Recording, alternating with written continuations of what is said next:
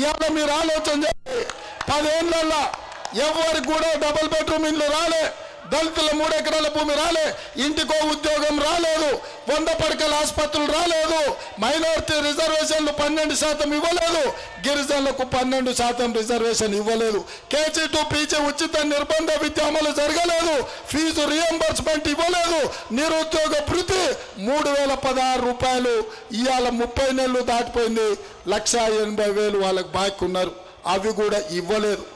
ఇవాళ చివరికి ఏమి ఇవ్వకపోయినా పేదోళ్లకు పిల్లగానికి పెళ్లి అయితే రేషన్ కార్డు అని ఇవ్వాలి. రేషన్ కార్డు ఇవ్వాలంటే ఈ ప్రభుత్వానికి చేతులు రాలే, పేదలకు రేషన్ కార్డు ఇవ్వలేదు, పేదల ఆరోగ్యానికి ఆరోగ్యశ్రీ పథకం అమలు జరుగుతలేదు. ఇవాళ ఏమీ ఇవ్వని కేసీఆర్ మనల్ని వచ్చి ఓట్లు అడుగుతుండు. మనకేమి ఇవ్వనోనికి మనం ఓటు ఎందుకు ఇవ్వాలని నేను పేదోళ్ళని అడుగుతున్నా. ఏమి ఇవ్వనోడికి మనం ఎందుకు ఓటు ఇవ్వాలని నేను అడుగుతున్నా. ఇవాళ దొరల ప్రభుత్వం కావాలన్నా ప్రజల ప్రభుత్వం కావాలన్నా మీరు ఆలోచన చేయండి. దొరల తెలంగాణ కావాలన్నా ప్రజల తెలంగాణ కావాలన్నా మీరు ఆలోచన చేయండి. ఇవాళ దొరల తెలంగాణకు ప్రజల తెలంగాణకు మధ్యలో ఇవాళ పోటీ జరుగుతుంది.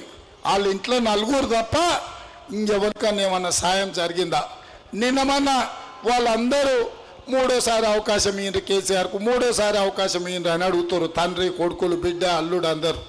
నేను TRS వాడు ఎదురు పడితే ఎందుక 3వ అడుగుతారు అంటే ఇక ఏం చెప్పాలన్నా, 2 సార్లు ఇస్తే కొడుకును బిడ్డను అల్లుడిని అందరినీ మంత్రులు ఎంపీలు ఎమ్మెల్సీలు చేసుకుంటూ ఇక మనవాడు ఒక్కడు మిగిలిండు, 3వ ఇస్తే మనవాడిని కూడా మంత్రి చేస్తే మా సార్ కోరిక నెరవేరుతుందని. నీ అమ్మ సన్నాసోడా 10 ఏళ్ళ అవకాశం ఇస్తే మాకు ఇల్లు ఇవ్వలేదు, మాకు పింఛన్ ఇవ్వలేదు, మాకు రేషన్ కార్డు ఇవ్వలేదు, మాకు రాజీవ్ ఆరోగ్యశ్రీ పథకాన్ని అమలు చేయలేదు, మా పిల్లలకు ఫీజు రియంబర్స్మెంట్ ఇవ్వలేదు.